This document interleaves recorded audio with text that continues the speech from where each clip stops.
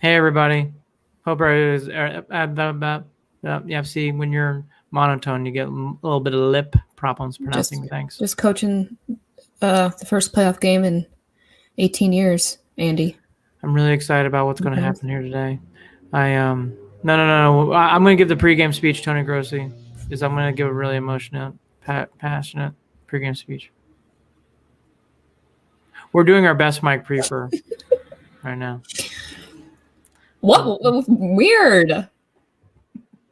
It was so weird. We're going to go into Pittsburgh, and we're going to take them out. We're really excited. No, I'm going to coach special teams. Go Browns. Parky's fine. Don't you believe me? Parky's fine. Everything's fine. Stefanski's still the coach. He's still our coach. No, one time when I coached the Vikings, I got really excited. But it's just because I had to go to the bathroom really bad. People say I wear my emotions on my sleeve.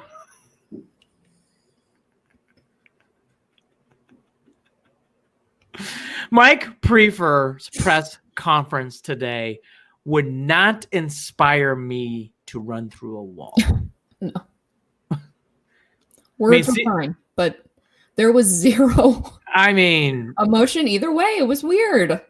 I mean, Stefanski is not a rah-rah guy, but Stefanski's confident, and you feel like you're being led. He's got a presence. Yes, a swagger even, confidence, bravado. Oh, and he looks good when he's doing it. You just can't help yourself.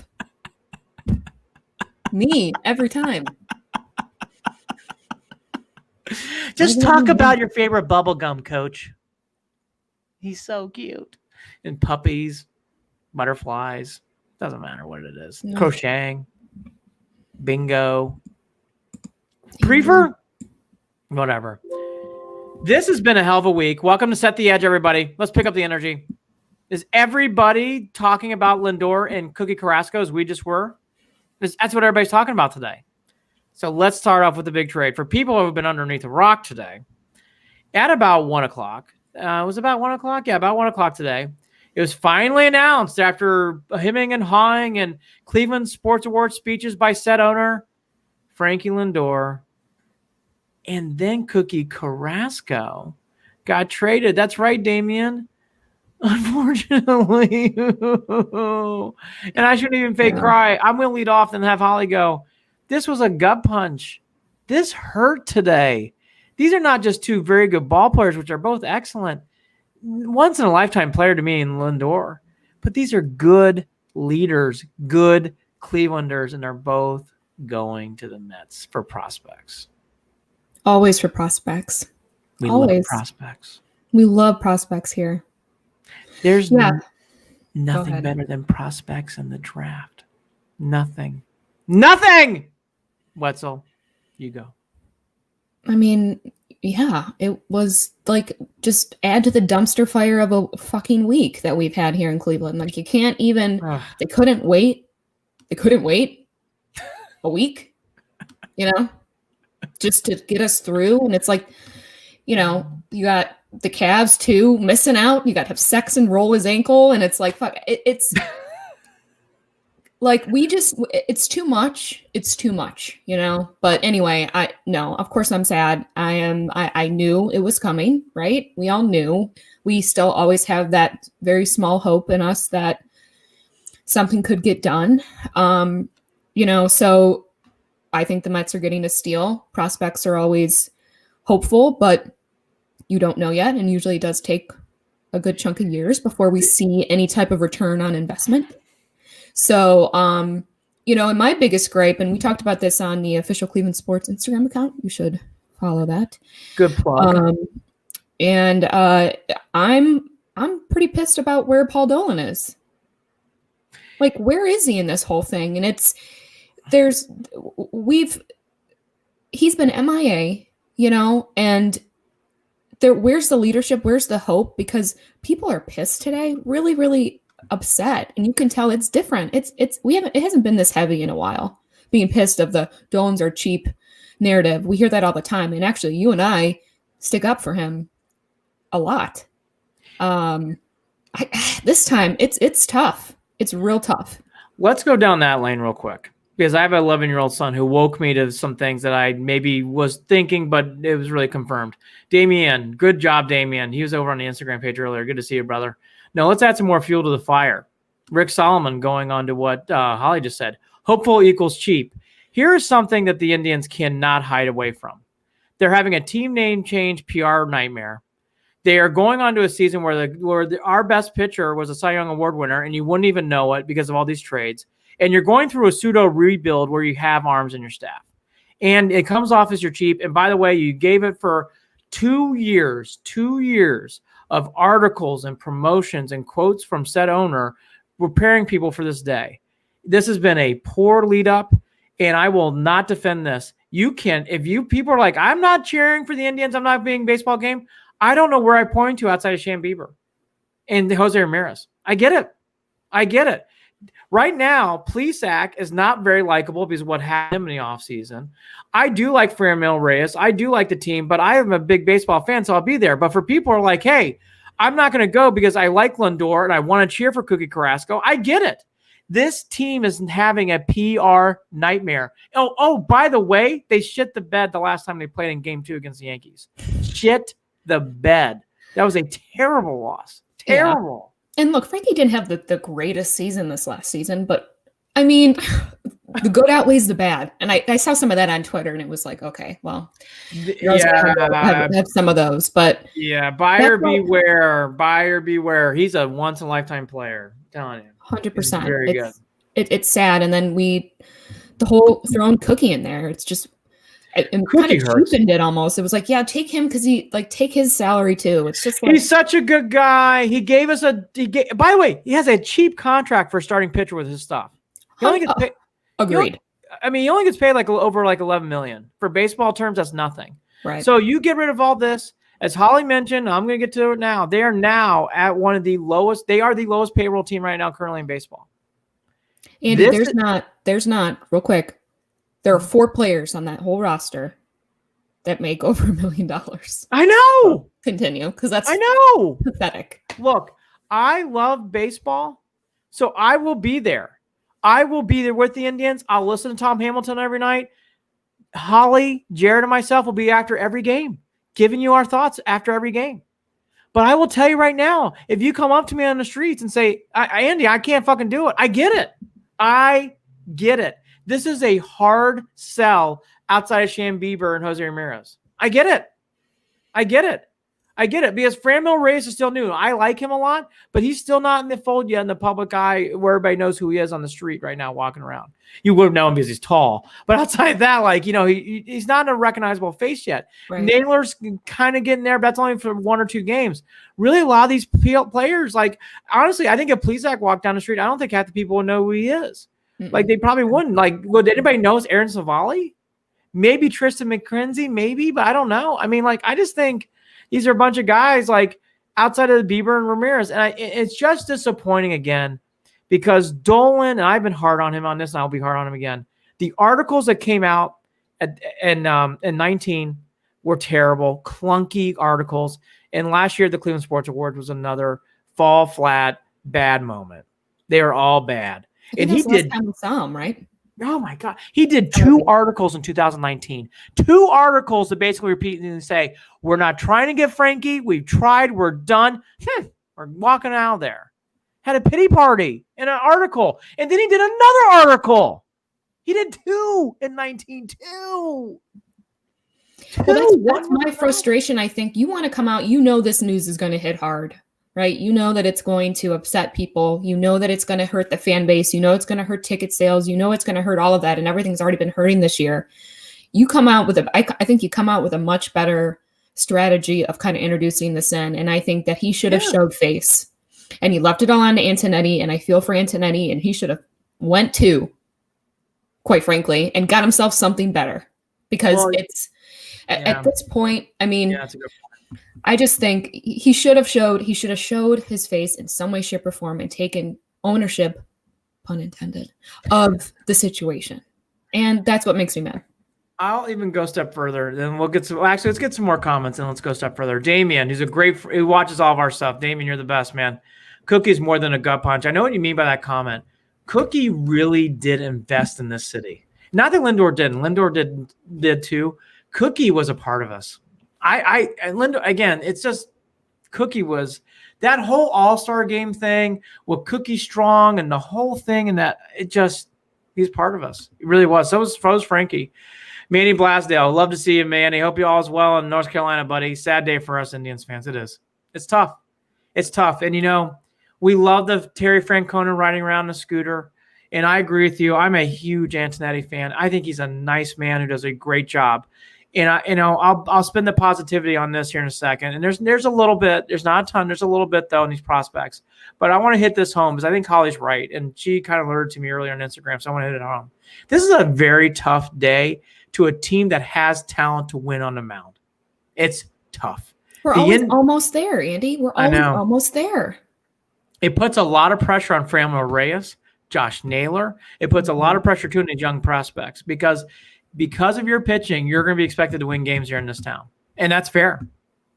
Fair. We had the Cy Young Award winner. That's very, very fair to expect big things next year. Big things. Big. Isaac Mollahan, good guy. Go Irish. They're out, but we still love the Irish. Lindor is my idol because we both play shortstop, and I hate him seeing the Mets. Isaac, I hear you, brother. My 11-year-old kid was devastated. And then he said, quote, unquote, you're lying. When I said, we also trade away. He goes, stop, you're messing. I'm like, no, I'm being honest. He goes, we trade away, Bo. And he just went off. Yeah. It's hard. It's hard. And it's just been a hard week on top of everything. I mean, it's obviously been a tough week in general, but especially for Cleveland sports, it's just wild, the stuff that's come out this week. We can't catch a break. And we knew, like I said, we knew this was looming, but I didn't think today. I didn't think this week. I don't know why I don't think about this stuff. Of course everything can happen, The Indians' timing on this is very wonky, and obviously they had to do it because the trade it happens this way in baseball a little bit more than the other two sports. It gets to a point where someone finally goes, okay, let's pull the trigger and let's go. And they basically got that vibe, and that's what happened here. And you know what? When you get that kind of stuff, like it just can happen quickly. But the timing of this, to Holly's point, since Monday night and the Tuesday morning, Twitter's been tough for us Cleveland fans. It's been tough. Well, it's been rotten. If you're trying to stay up to date with the shit that's hitting the fan every hour, it's hard. It's a full-time job. It's a full-time job. And speaking of what I read today, before we got on tonight, and I mentioned this on our live, is they supposedly offered him like $200 million. They didn't offer him 200. There's no way. There's no way. Let's go down this road. This was handled wonky. The contract negotiation, and it was a cute moment. We all laughed and giggled. But there was a moment where Antonetti's kid didn't mean to say anything on the air, and that got weird. And Frankie handled it like it. And by the way, the Indians did too when it came to PR. But of all the negotiations we've had with said players like this one was weird from beginning to end. Mm-hmm. It was really weird because usually, in Ramirez and Tomey, there was always hope that they might sign, or you always get glimmers of, situations. I never had hope Lindor was coming. I don't know why. It was almost felt always inevitable. And then, I and let me know if you want to talk about this now or we can still punch it. I did a little poll on Twitter. We should talk about that. Tee it up. This is a good point. And Isaac Mollahan, don't you worry. We're going to get to the Buckeyes and Browns.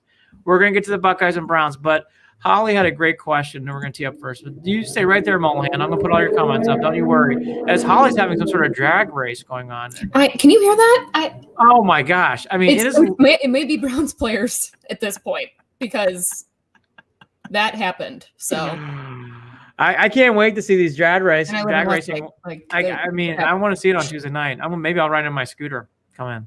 Beep, beep. My bicycle. Okay. Hey, guys.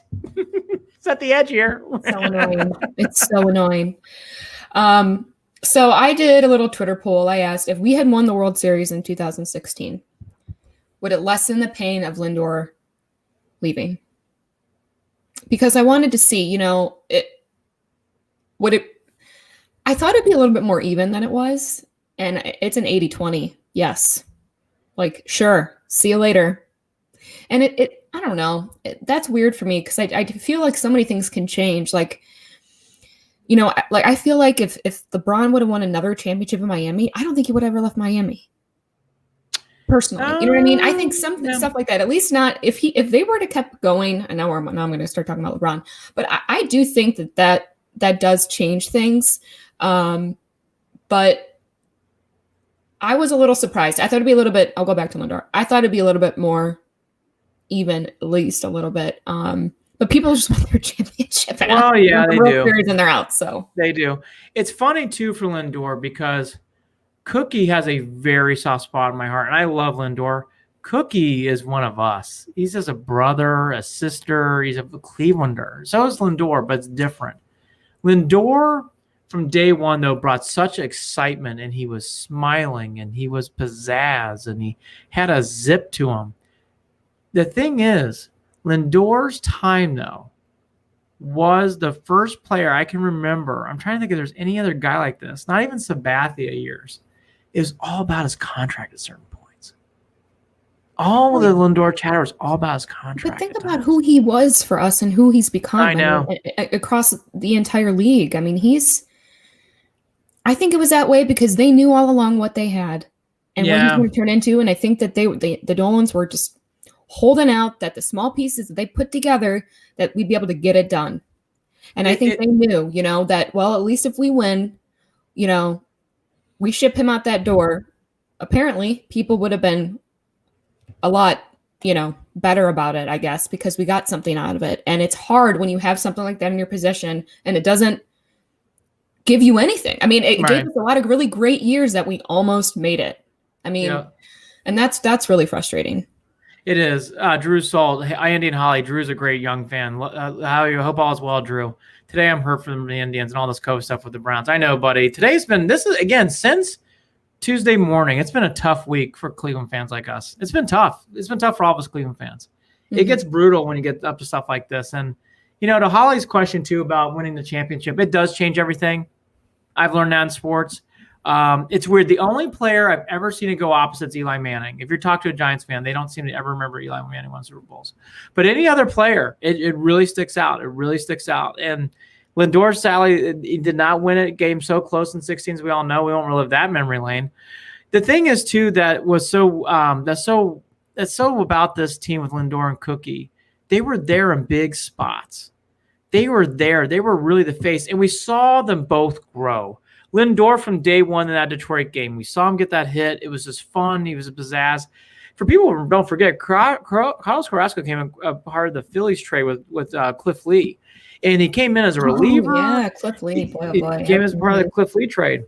Yep. And Carrasco came in, and he was not all over the place. He was a reliever. And then one day in the Bronx, he pitched against the Yankees, and all clicked for him. Mm-hmm. And from that moment on, he became such a steady pitcher. So we saw the growth of these two players, too. So we saw him grow in. And you just have to hope now on the other end of this, which I'm going to get to now. It is time to transition. There is some things, though, that can come out of this. Drew Salt again. Honestly, it comes down to small market teams and large market teams in MLB. We are, unfortunately, a small market team. Drew, I'm actually going to hit upon that. We should talk about the players that are coming back to Cleveland. They are getting some things back. And that's a very fair point. And there's a much larger conversation that Holly and I can do, which I want to do with Holly because she's in this world even more so than I am. The money in baseball is so disparaging. It's ridiculous. It's really English Premier League tying up this stuff. And what I mean by that is like when you're the Yankees, you can buy things and you can just keep buying and spending and buying and spending. Red Sox, Mets, Cubs, Yanks, different levels. The Indians are they're not even in the same grocery store. Well, no, but we just completely cleaned house, Andy. It's nothing. Our payroll is nothing right now. Nothing. Here are the prospects that are coming back, though. The guy I was talking to a gentleman earlier who's a big Mets person. You are too. These are Mets fans, Mets fandom, Mets journalists. Everybody loves Jimenez.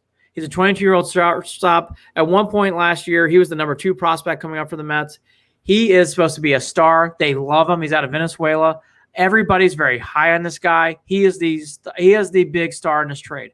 We'll have to see. Anybody would hopeful, hey, you plug and play. They also got Rosario. Rosario was the starting shortstop for most of the year for the Mets. He is your average pro.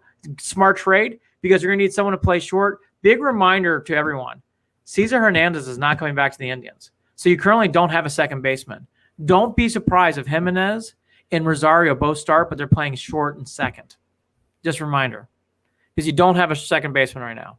And by the way, we don't have our shortstop anymore either. We don't. And according to our coupon clipping team, I don't know if they're going to sign a second baseman.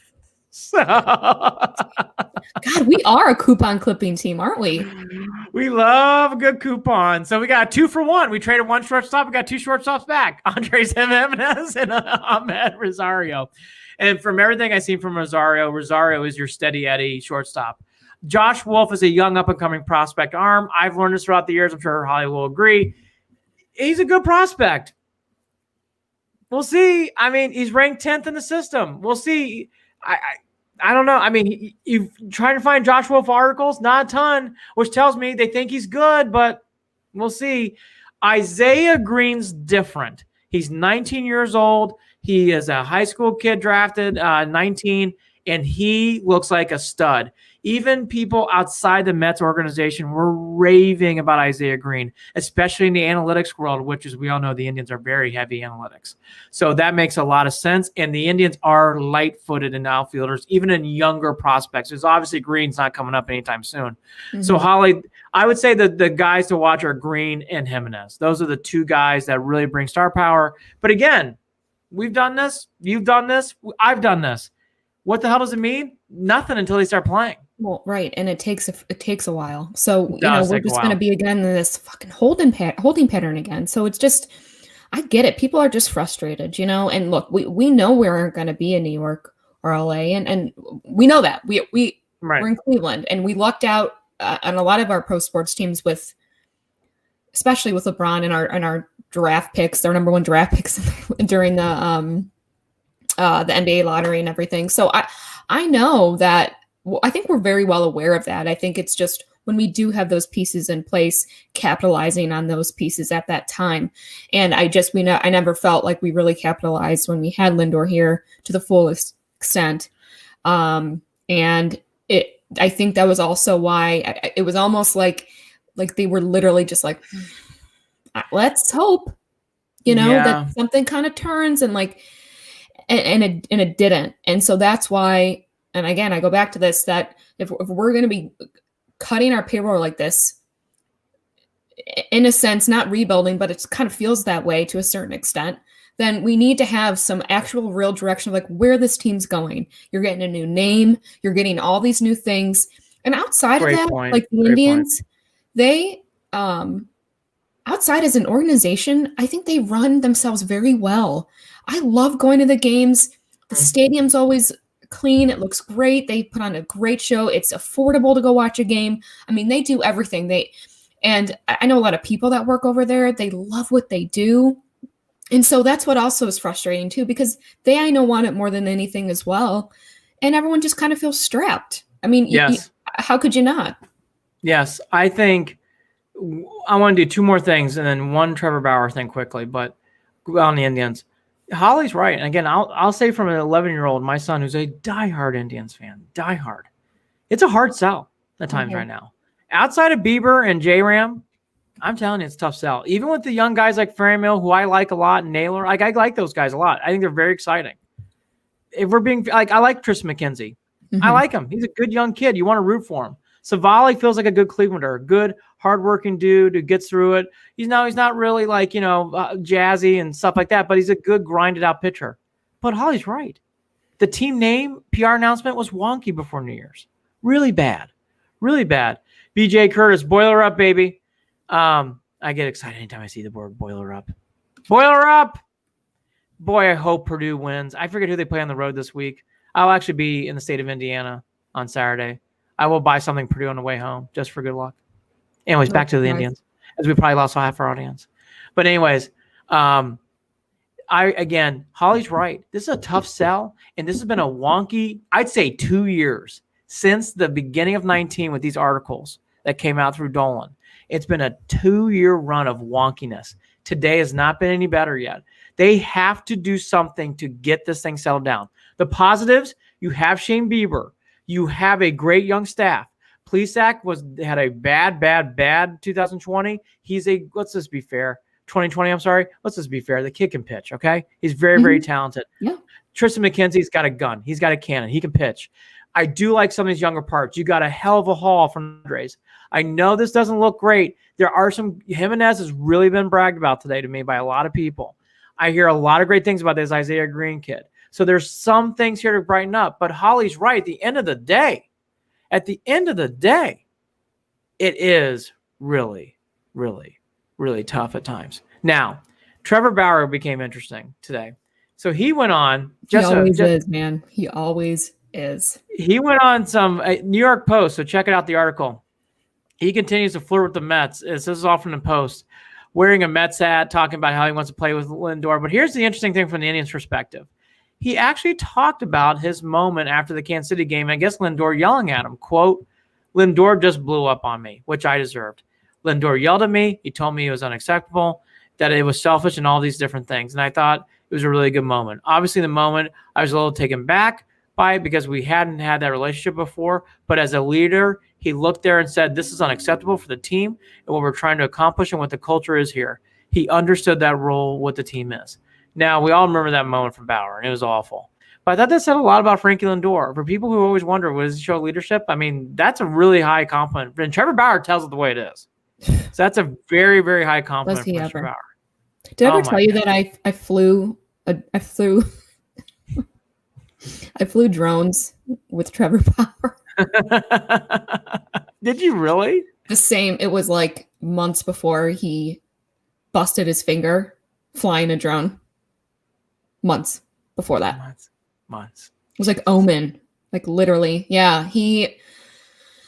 I honestly, it was a really random thing. Like he put something on Twitter about flying a drone and like somehow I got wrapped up in it. And I was like, all right, I'm coming. And I brought bagels. Oh, that's nice. And we flew. He showed me how to fly a drone. It was cool. Awesome. And then fast forward, he cuts his finger on it. So just it would be interesting to get him on this show if we could do it.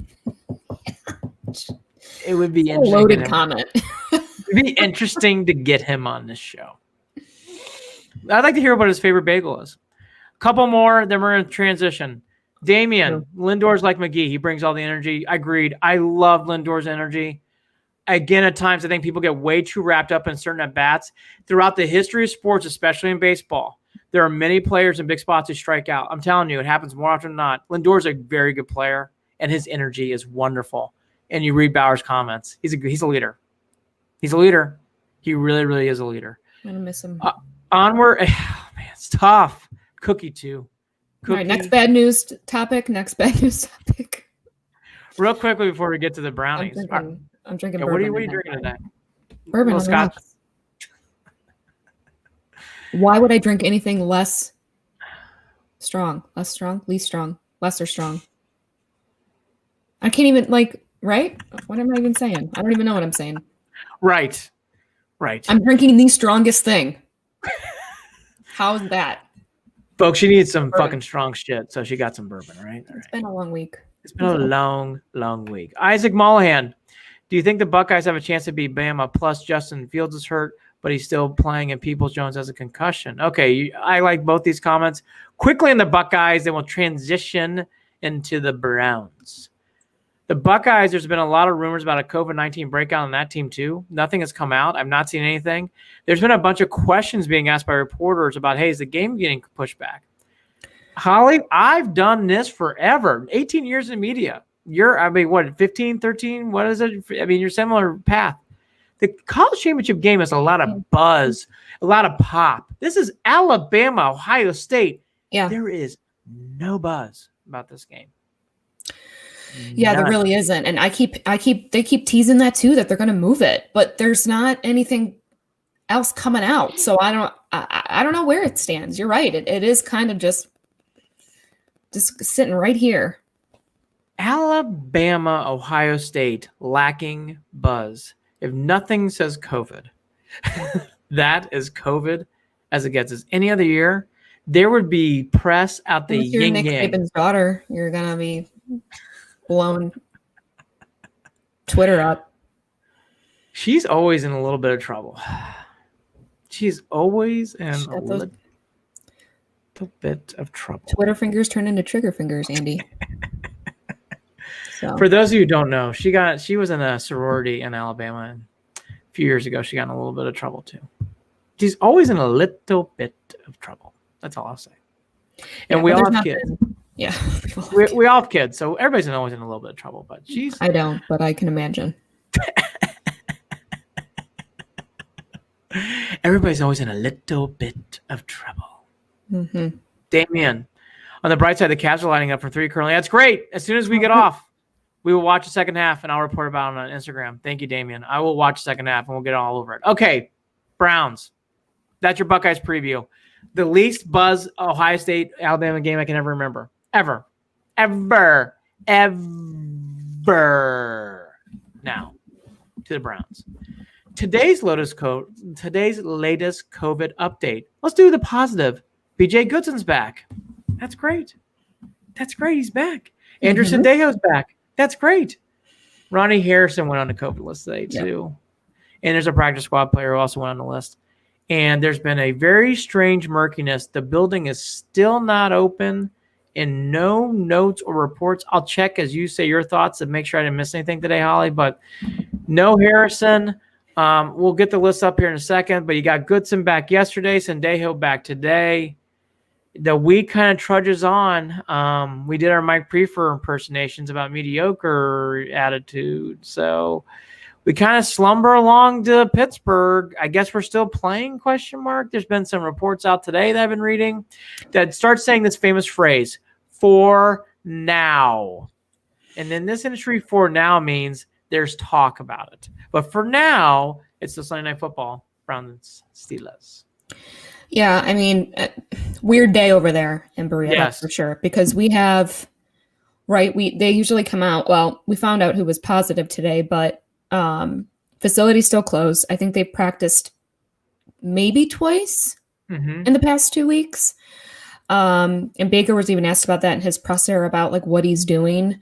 As far as we're not seeing him throwing a football outside somewhere, just getting those reps in because he hasn't thrown a football. And he doesn't seem too concerned about it. But what is he going to say? Yeah, I'm really concerned about it. Of course he's not. He's going to say he's not. So we just whatever. But no, and then Andrew Berry was supposed to talk today, so that never happened.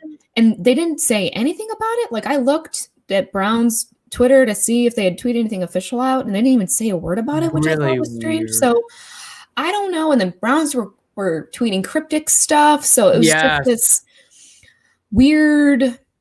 I don't know. Something's up. I don't know what. It is. If as of right now, since that's the phrase of the week, right now going into Sunday with all the pieces, I have faith in Kevin Stefanski. I have faith in the fact that his contingency plan is real and it's been thought through and practiced to a certain extent. I feel like we're really getting counted out majorly, especially in the national media, that we have no chance to win this game with what we're dealing with here. We still have a lot of our major star players in the game. And if standing right now, if we don't lose anyone else, I think we have just the same amount of fair shot, I would say. We're hurting a little bit, but Batonio's not the entire team. So I think we can overcome that. And we have to believe that way because we are not the same old Browns. So I do think if right now we stop all the other positive tests, then I think we'll be in good shape. But I don't feel good today. I don't feel good after today. It was a weird day. No one's saying anything, and I don't like that. Okay, God, there's a lot of good thoughts out of here. So let me choose one of them. Okay, let's go to the game itself. Then we'll get to today. This is great for one reason, and I've been pointing this out all week, and I'm going to heighten what Holly just said for people who haven't heard it. This is now Sandlot football. And what I mean by that is roll out the balls and see what happens. The one positive about that is there's no pressure on the Browns.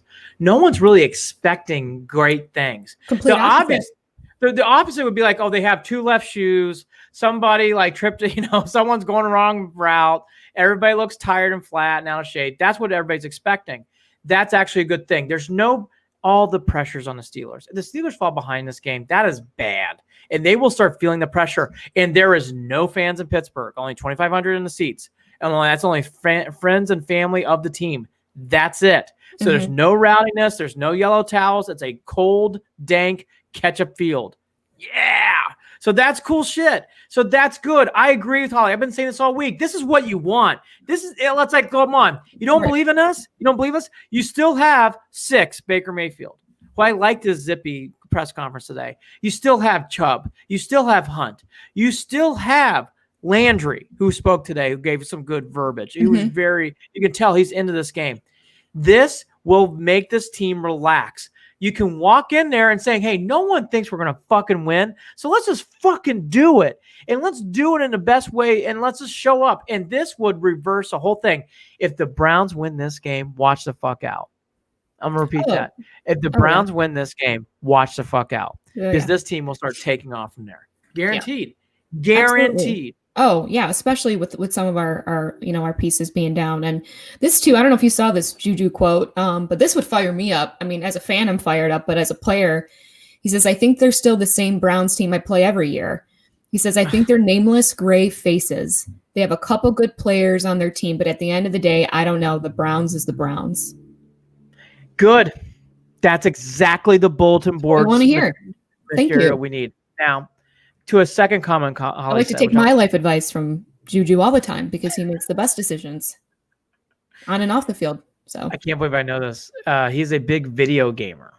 So, I'm sure he got that advice from his online peeps and his blogs and stuff. He's also a USC kid, and I love Notre Dame football.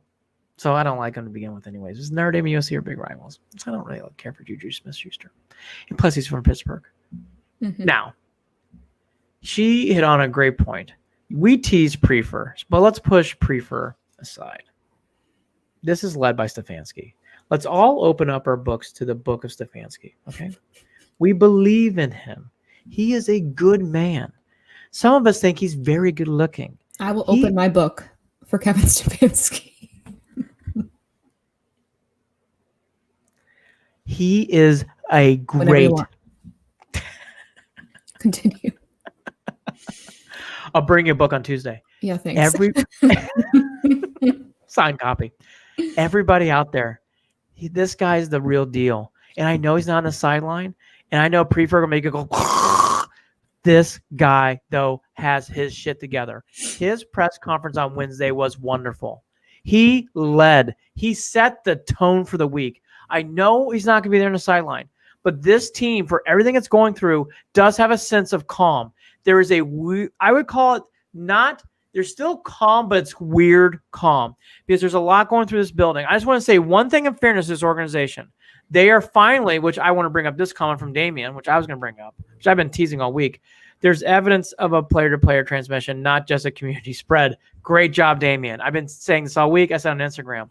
That has been the biggest bunch of bullshit NFL put on Tuesday. We just believe it's really just going to be it's just community strain. There's no bullshit. This has been an outbreak, and there currently is one, and they finally acknowledged that today. And there's been reports out from Tom Pelissaro and from other guys who are backing that up. So that is now finally there. So that's a good thing. But my point is, this has been hard. The Browns are going through something where if it's a traditional regular season week, they'd be pushing this game back. I believe they should push this game back. I know there's money. I know there's dollars on the line, but this is health and safety. This poor Browns team has got something going on in that building. They can't even go inside, and you're going to make them come off the bus and play a game. Again, literally sandlot football. And what's considered, what's considered an outbreak? They've had a total of 17, now it might be 18, total players on the COVID reserve list in the past 2 weeks. 5 or 6 coaches now. You're over 20. That's not an outbreak situation. I don't Seriously. know. And I wanted to do a little bit of research on the COVID protocols, whatever the NFL claims that their protocols are. The NFL never set a benchmark for a set number of positive cases that would trigger a postponement. But they say that if they're medical officials and their medical advisors were confident that cases have been contained and all infected individuals and their high-risk close contacts have been isolated, the games would go on as scheduled. That's kind of what they're holding their hat to. But there's not a set number of cases. And honestly, they should have had, it's so loose term of what they are doing. And so it's interesting too, how they do contract tracing. So I'm going to get a little scientific here, Andy. So I'm going to put my scientist hat on. I got my beaker. And I'll make this short. But burner on. Right. They have a staff of contact tracers, the NFL does, and outside researchers, a data technology company. They review the data from this technology company. Okay. And this data that they're pulling is from tracking devices that all the employees are required to wear at work while they're on the planes, at a team hotel, for players on the field, everything. And surveillance video in the facility, which is pretty kind of creepy, right? Big brother wearing a tracking device. And then they conduct interviews with the infected individuals. They share their findings with the NFL's medical director, and then they determine who might need to be isolated. So, and this is another point I wanted to bring up. So there's a lot of question about Tomlin and Stefanski hugging at the end of the game. Why is that not high risk? So apparently the difference between someone being a high risk close contact and merely a close contact is mask usage. So that's why Tomlin was not considered a high risk, because he was wearing a mask, and so was Stefanski. So, also in the locker room with the Batonio getting the game ball, and Haslam to Stefanski, the whole thing. Yes, and I think they all had masks on, if I'm remembering correctly. They did, yeah. So that's why, because I was like, how is that not close contact? But masks, they weren't 6 feet apart, but it's a different set of rules versus the CDC. It's way more obviously in depth. And the NFL also came out this week too, by the way. Andy, did you see that they said they have had no confirmed cases of the virus spreading on-field play, basically? Such bullshit. It's such bullshit. Talk about CYA. Damien, you're gonna love this. We've also done some testing on the field. We got our guy out here, Freddie. Hey, everybody! I've been testing. Nope, there's no fucking way anybody's gotten COVID from any. Nope.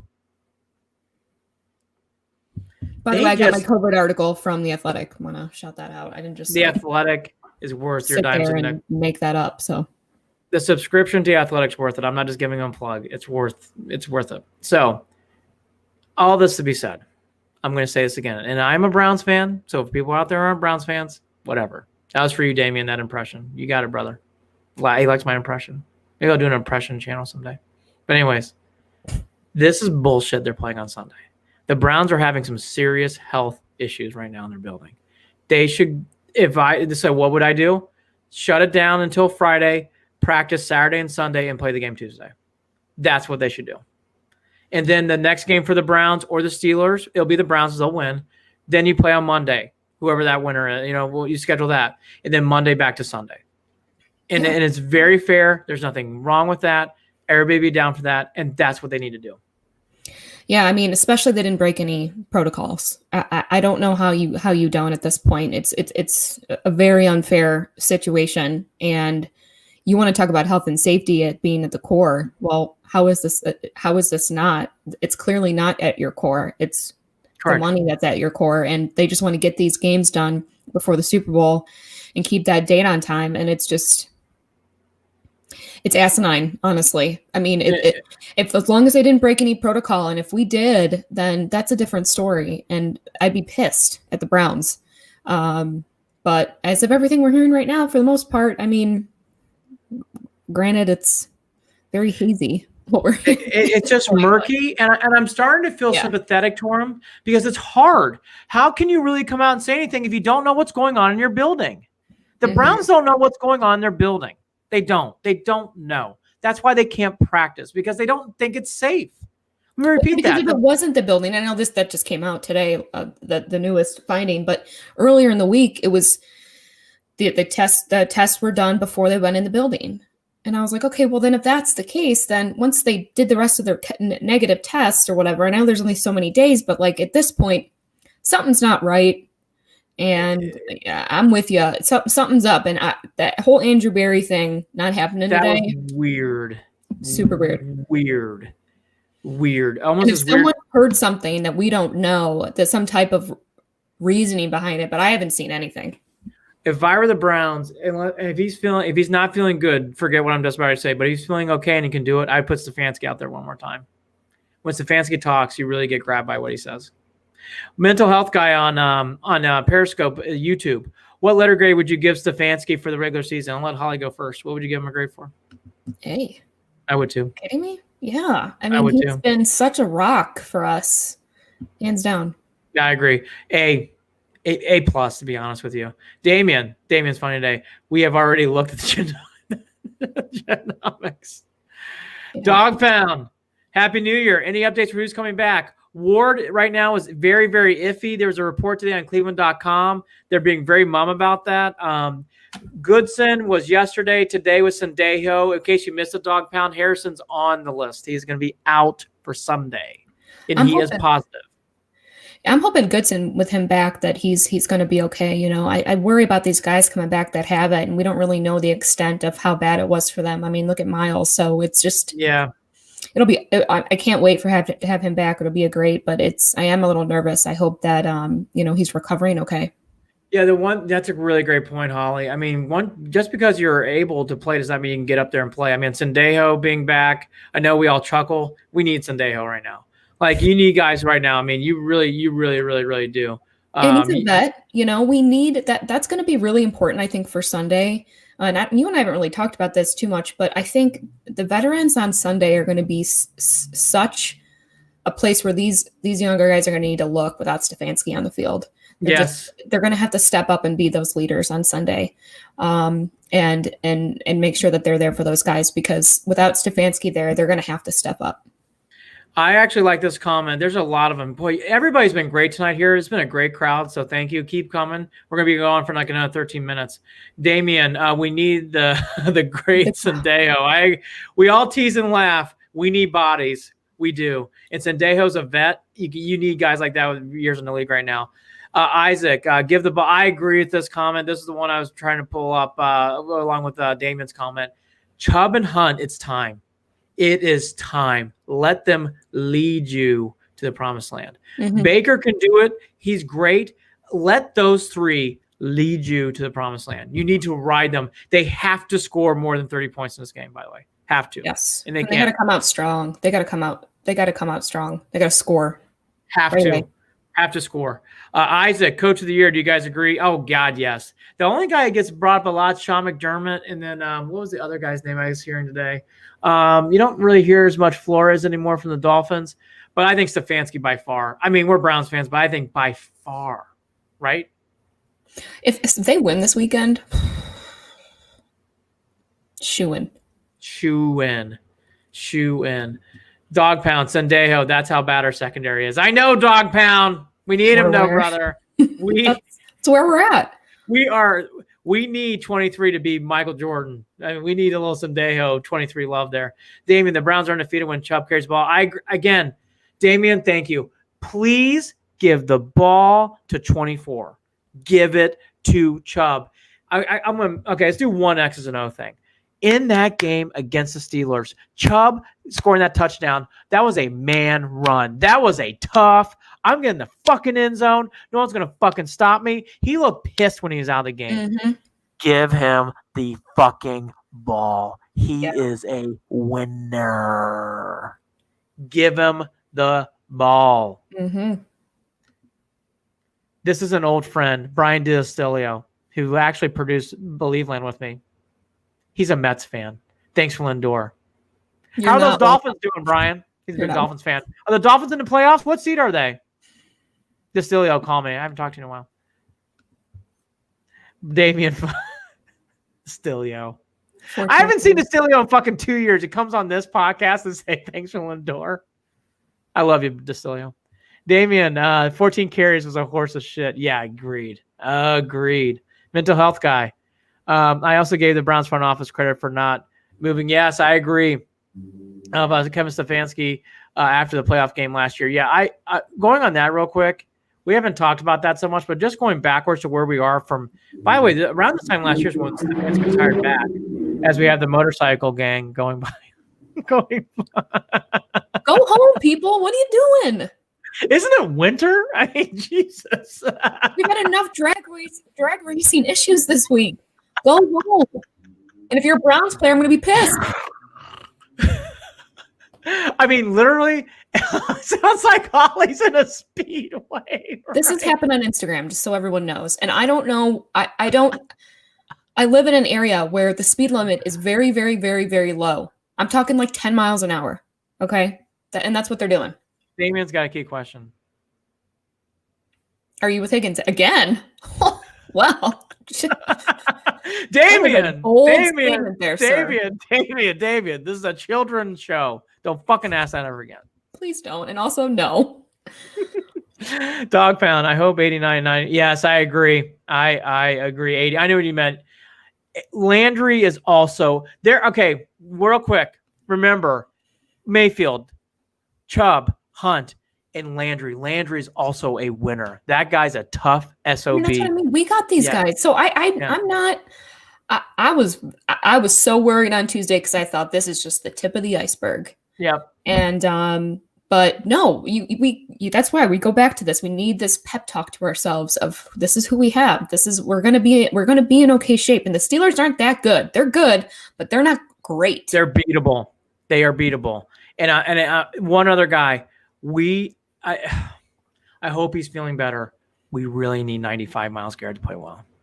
Really, really, really need him to come through. Remember, there's no Olivier Vernon in this game. Need him. Well, I think what's so hard about with him is that it's a lot of it.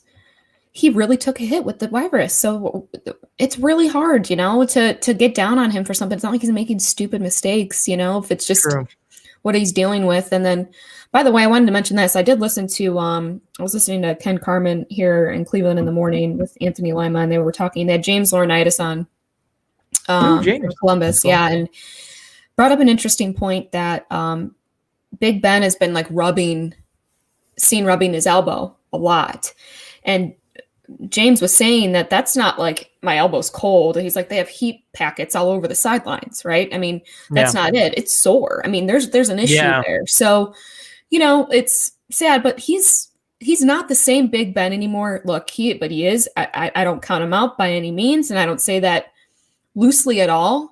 But he's not the same Big Ben as he was. So we really have an opportunity here, I guess, is really what I'm trying to get at. Get Big Ben down. Mm-hmm. Torpedo bomb Big Ben. He must come down. I agree with Holly in those assessments by James Laurinaitis and those guys on the show. Bring him down. He's a stiff old man. Hit him. He and I are the same age. I don't want to get hit either.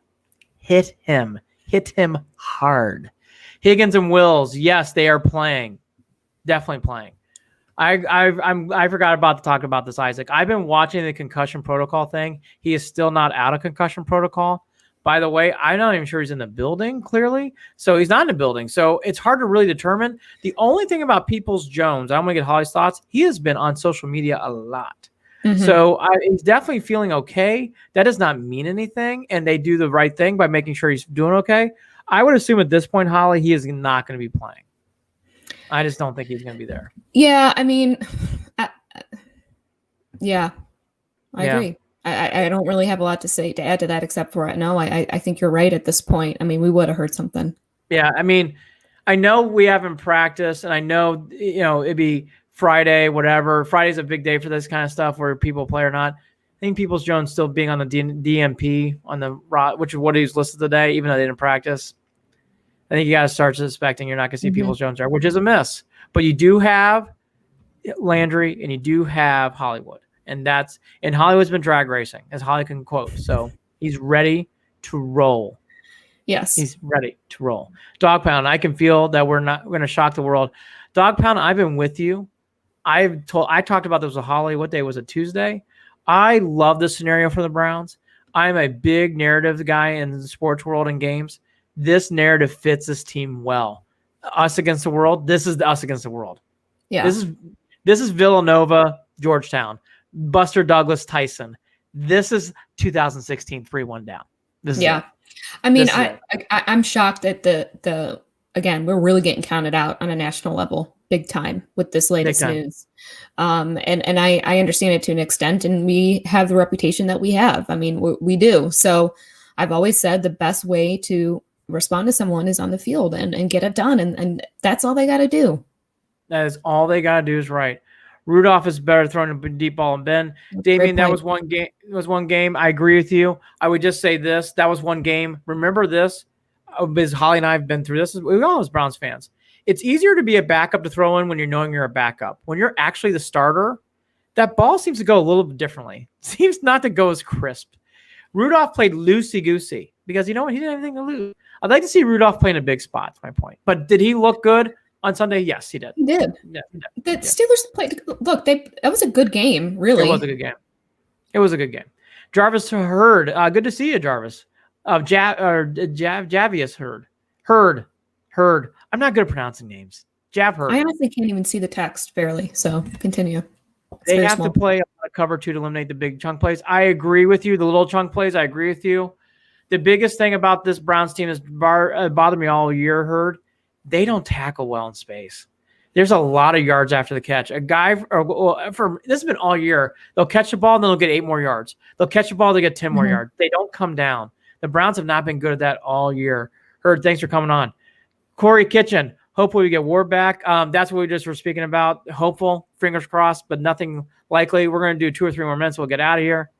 BJ Curtis, not like he's been missing reps in practice. Agreed. The practice thing, again, the one thing that's good about this, JVS. Oh, cool. Thank you, JVS. Thank you. You're a good friend of the show. JVS, hit me that's up. Great. I'll get this on DVD. You're the man. JVS, thanks, man. BJ Curtis, you're a good dude. Thank you. BJ Curtis. Yeah, I agreed. Like this whole reps and practice thing, in week 1 or 2 or 3, that would really worry me. It's important for sure right now. I will say there's 17 games in now. This is their 17th game. I mean, I'm actually interested in this as a case study. Does practice matter going into the playoffs? It does. Yes. I think I'm interested to see how it affects a team like this because, again, you got to be feeling loose. My God, you got nothing to lose. Think about it, Andy. We just played them last week. So again, if we're gonna have to be playing anybody right now, that's probably the best case scenario. They know their plays. They know what to expect. So in that sense, it could be a lot worse. They're not trying to learn something new. Correct. They just played them. So it might be the best case scenario, honestly, if they're going to play anybody their first week. It's the same team from last week. That is so true. And Holly, God, great point. And in other years, it'd be dreadful playing the Steelers. No crowd. A familiar foe, someone you just played the week before. Great points by Wetzel. All true and all helpful. Normally, this would be, gotta be more nervous. She's right. At least you're playing someone you know. It's someone you're very familiar with and someone you've been studying all year round. All those are very, very big positives. In the third quarter, Cavs are only down 1. We will go turn our attention to that. 1 or 2 more comments. We'll get out of here. Isaac Mullahan, that should have been a targeting play. I agree on Peoples-Jones. I said that immediately. The Steelers get away with that shit. I've done that speech so many times I won't do it again. Teams get away with certain stuff in all sports. The Steelers have gone away with that crap for years. For years. Don't ask Browns fans. Ask Bengals fans. No, good teams get away with that. Get away with shit like that, though, Andy. That's what happens. You establish yourself year after year. You get the calls. Bingo, by the way. She's right.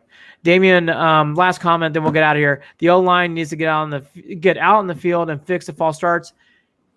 Damien, you're right. Antonio had a bad one last weekend. He did. I will be fair. I don't know how Holly comes out. I'm going to be forgiving because of the week. I don't want it. Yes. False starts, a couple things like that. I'm not like illegal formations. I'm not going to beat the team over this week as much as I normally would. I just won. It's going to happen. But it's just playing smart. Don't be, not stupid penalties. That's where that's. Agreed. I'm with you there. And Isaac, we'll finish on you. The cheap shots are bullshit. and the Steelers have been doing it forever and ever and ever. Holly and I will do the show on Wednesday next week. I think the Cavs are playing that night, so we'll figure that out. I'm going to be on the road, so we'll talk and figure out what that time is.